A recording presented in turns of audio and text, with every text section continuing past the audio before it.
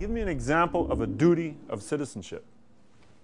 This is Ed Hanrahan. He's an Ottawa civics teacher at Ridgemont High School who's doing it right, according to one education expert.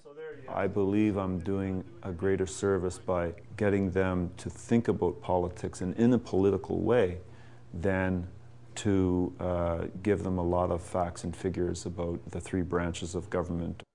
But Hanrahan apparently isn't the norm.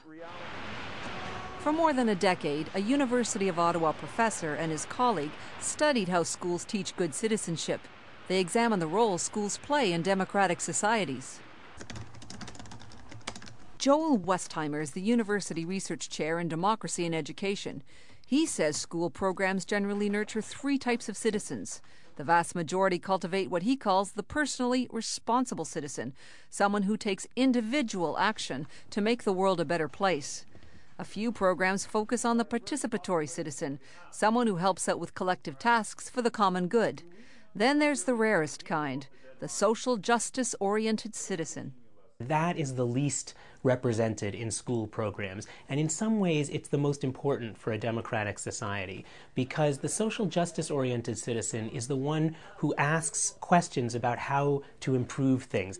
If the participatory citizen were organizing a food drive and the personally responsible citizens were donating cans of food, the social justice-oriented citizens are asking, how come in Canada or the United States, in some of the richest countries in the world, how come we have people who are hungry or homeless, right? How can that be?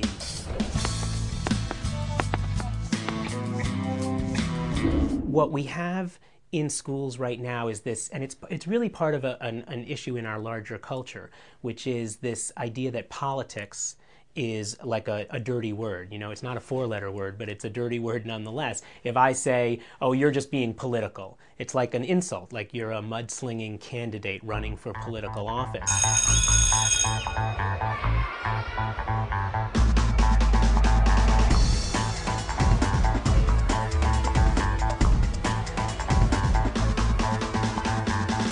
Do you know of any countries where it doesn't work?